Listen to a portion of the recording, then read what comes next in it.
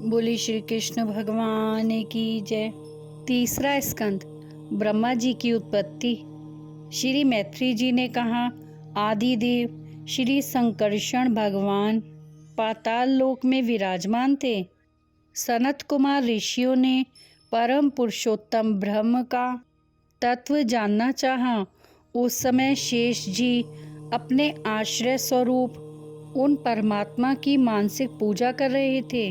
उनके कमल कोश सरीखे नेत्र बंद थे। प्रश्न करने पर सनत कुमार ऋषियों के आनंद के लिए उन्होंने अधखुले नेत्रों से ऋषियों को देखा। सनत कुमारों ने बार बार प्रेम गदगद वाणी से उनकी लीला का गान किया। भगवान संकर्षण निवृत्ति परायण सनत कुमार जी को यह भागवत सुनाया था। सनत कुमार जी ने इसे साख्यायन मुनि को सुनाया। श्री साख्यायन मुनि ने अपने अनुगत शिष्य पराशर जी को और बृहस्पति जी को सुनाया। पुलत्स मुनि के कहने पर दयालु श्री पराशर जी ने आदि पुराण मुझको सुनाया। वही पुराण सुनाता हूँ। संपूर्ण गुणों को प्रकाशित करने वाले उस सर्वलोक में कमल में वे विष्णु भगवान ही अंतर्यामी रूप में प्रविष्ट हो गए। तब बिना पढ़ाए ही स्वयं संपूर्ण वेदों को जानने वाले वेद मूर्ति श्री ब्रह्मा जी प्रकट हुए, जिन्हें लोग स्वयंभू कहते हैं। चारों दिशाओं को देखने पर चार मुख हो गए। ब्रह्मा जी आदिदेव भगवान को तलाश करने के लिए कमल की नाल के छिद्र में प्रवेश करके जल में अंत तक तलाश करने लगे, परंतु अधिष्ठान कहीं भी दिखाई नहीं दिया।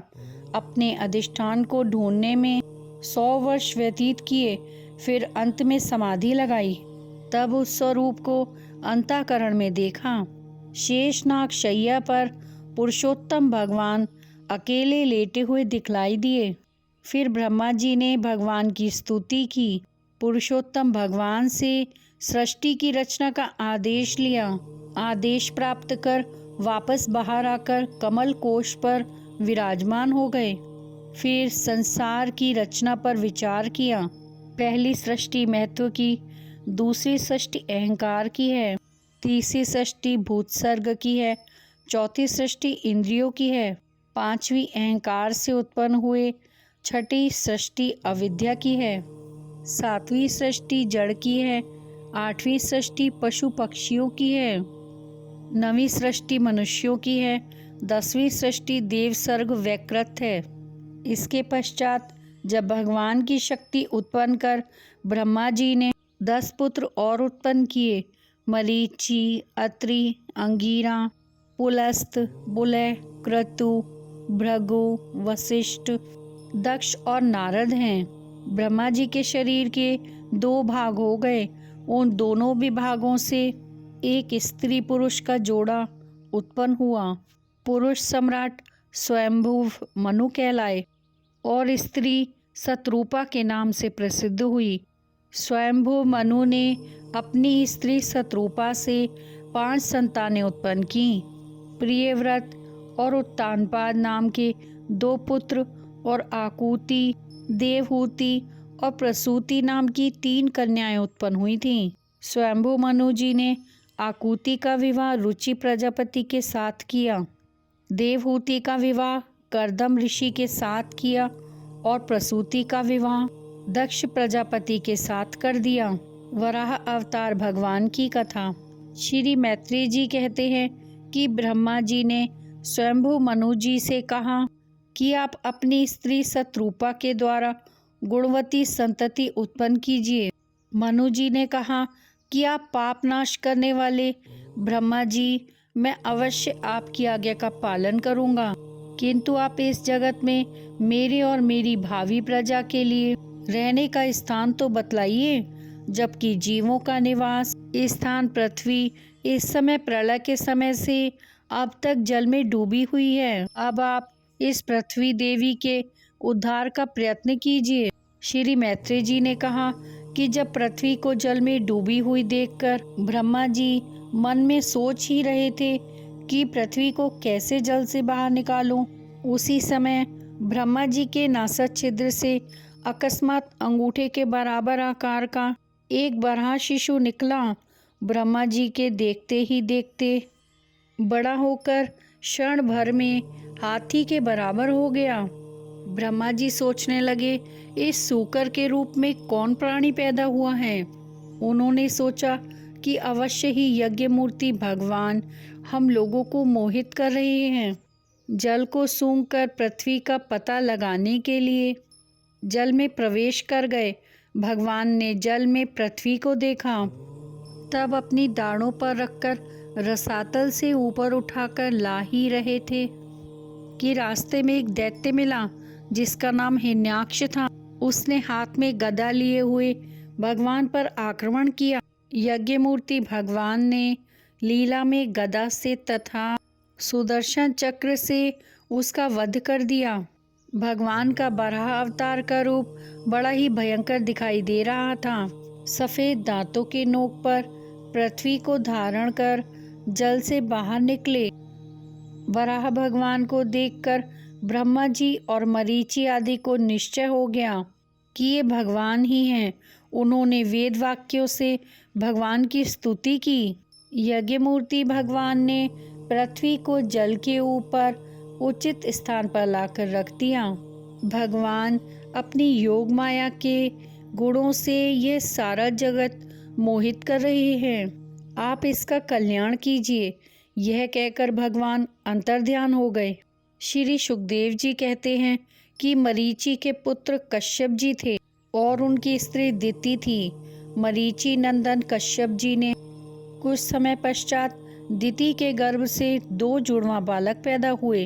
एक का नाम हिरण्यकशिपु और दूसरे का नाम हिरण्याक्ष रखा। पुत्रों के जन्म होते ही सब स्थानों पर लोग भयभीत हो गए। जगह जगह अपशगुन और उल्कापात होने लगे। कुछ दिनों में दोनों दैत्य बालक शीघ्र ही फौलाद के समान कठोर शरीर वाले बड़े पर्वतों के समान हो गए। दोनों ने घोर तपस्या की। हिरण्यकशिपु ने ब्रह्मा जी से वरदान मांगा कि मैं सुबह मरूं न शाम, आकाश में मरूं न जमीन पर, किसी भी प्रकार के शस्त्र से नहीं मरूं और बाहर मरूं न भीतर मरूं। ब्रह्मा जी ने तथास्तु कहकर वरदान दे दिया। इस कारण वह बड़ा ही उद्दंड हो गया। उसने अपनी भुजाओं के बल से तीनों लोकों को जीत लिया। एक दिन हिरण्याक्ष हाथ में गदा लिए हुए युद्ध का अवसर और स्थान ढूंढता हुआ स्वर्गलोक में जा पहुंचा। महाबली दैत्य हिरण्याक्ष कई वर्षों तक जल में गदा लेकर घूमता रहा। अंत में एक दिन वरुण की राजधानी विभापुरी में जा पहुंचा। महाराज, मुझे युद्ध की भिक्षा दीजिए। वरुण जी ने समझा बुझा कर कहा कि भगवान पुराण पुरुष के सिवा कोई और दूसरा आपको युद्ध में संतुष्ट नहीं कर सकता। आप वहां जा पहुंचो, भगवान आपकी युद्ध में खोज भेंट देवेंगे। यह सुनकर वह वहां से चला गया।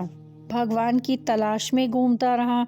एक दिन बराह रूप भगवान पृथ्वी को जल के ऊपर ला रहे थे। तब भगवान से हिरण्याक्ष की मुठभेड़ हुई। पानी में घमासान युद्ध हुआ। बराह भगवान ने गदा से तथा सुदर्शन चक्र से उसका वध कर दिया। हिरण्याक्ष को मारकर भगवान ने पृथ्वी को जल के ऊपर निश्चित स्थान पर लाकर रख दिया। देवताओं का भय जाता रहा। सब देवताओं ने बराह भगवान की पूजा की तथा बराह भगवान वहां से अंतर्ध्यान हो गए। इसके आगे की कथा में कर्दम जी ने तपस्या करके भगवान का वरदान प्राप्त किया। देवहूति के साथ कर्दम प्रजापति का विवाह हुआ। आगे की कथा में मनुष्य योनि को प्राप्त हुए जीव की गति का वर्णन है। श्री भगवान कहते हैं कि जब जीव मनुष्य शरीर में जन्म लेता है, वह बाल्य और पौगंड अवस्थाओं के दुखों को भोगता हुआ युवावस्था में पहुंचता है। उस समय इच्छित भोग प्राप्त नहीं होता तो वह शोकाकुल हो जाता है। अविद्या और कर्म के सूत्र में बंधा रहने के कारण इस तरह के कर्म करता है जिसमें बंध जाने के कारण बार बार संसार चक्र में पड़ना होता है तो पहले के समान फिर नार की योनियों में पड़ता है, जिनके संग से सत्य, दया, बुद्धि, लज्जा, यश, क्षमा, मन और इंद्रियों के गुण सब नष्ट हो जाते हैं तथा मनुष्य अपने कर्मों के कारण भोग भोगता है। फिर उसी के अनुसार उसकी मृत्यु होकर उसके साथ साथ दूसरी योनि में जन्म लेता है। इसलिए मनुष्य को सदा भगवान की भक्ति में रमकर जन्म मरण के चक्र से मुक्त होना चाहिए। जय श्री हरि। अगर आपने इस चैनल को सब्सक्राइब नहीं किया है तो कृपया कर लीजिए, जिससे आप आने वाली भागवत कथा का श्रवण कर सकेंगे। राधे राधे।